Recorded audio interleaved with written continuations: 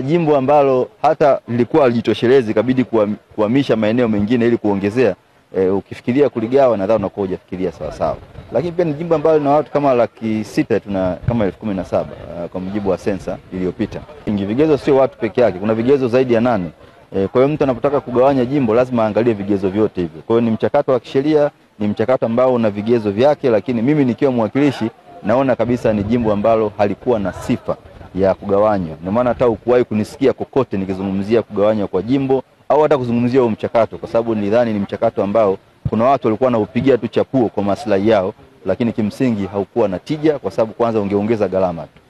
Majimbo yakishakuwa mawili manake utaongeza pale mbunge mwingine, pengine utaongeza madiwani wengine, utaongeza gharama za uendeshaji, itabidi pengine unapoongeza kata itabidi uongeze shule, uongeze vituo vya afya, itabidi uongeze na wataalamu.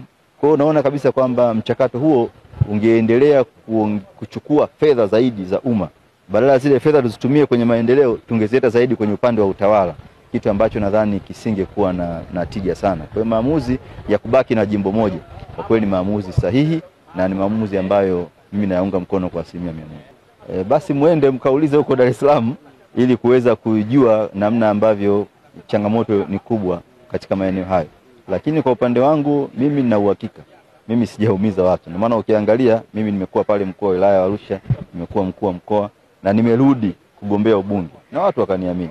Lakini wako baadhi ya watu ambao walikuwa wakuu wa mikoa kwenye maeneo yao na wakarudi na wananchi hawakuwapa fursa hiyo ya kuwa wabunge. Kwa hiyo unaweza ukaona tofauti ya kama mtu ambaye umeumiza watu alafu umerudi kwa watu ndani ya chama kwa kuamini na ndani ya umma kwa kuamini, alafu kuna mwingine ambaye pia anamlalamikia mwingine aliumiza watu alafu ameenda ndani tu ya chama akataliwa hata kwa wananchi ya kufika.